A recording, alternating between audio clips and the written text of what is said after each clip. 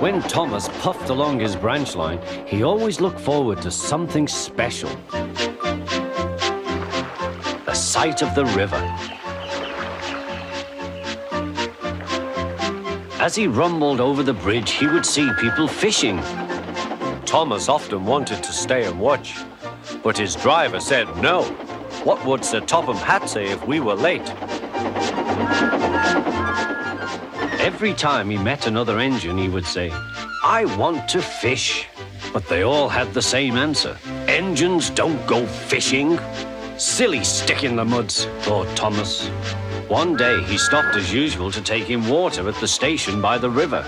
"Out of order." "Bother," said Thomas, "I'm thirsty." "Never mind," said his driver, "we'll get some water from the river."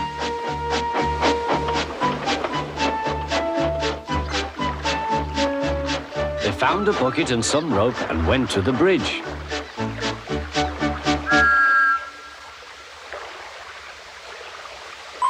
Then the driver let the bucket down to the water. The bucket was old and had 5 holes.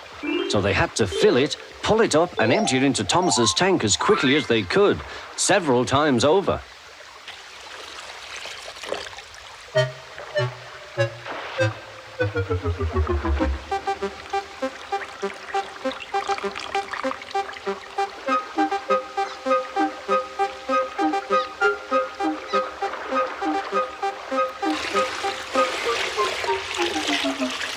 They finished at last. That's good, puffed Thomas, and Annie and Clarabel ran happily behind.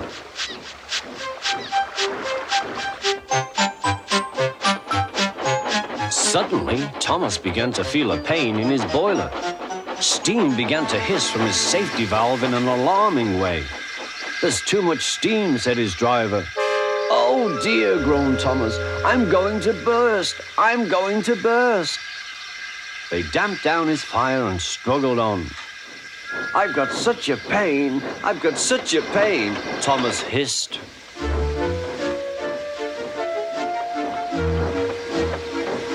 They stopped just outside the last station, uncoupled Annie and Clarabel, and ran Thomas, who was still hissing fit to burst, on a siding right out of the way.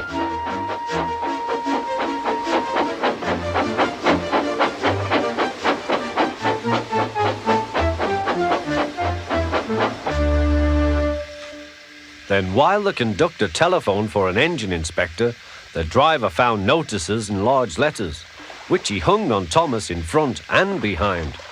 "Danger, keep away." Soon the inspector and Sir Topham Hatt arrived. "Cheer up, Thomas," they said, "we'll soon put you right." The driver told them what had happened. "So the feed pipe is blocked," said the inspector. "I'll just look in the tanks." He climbed up and peered in. Then he came down. "Excuse me, sir, please look in the tank and tell me what you see."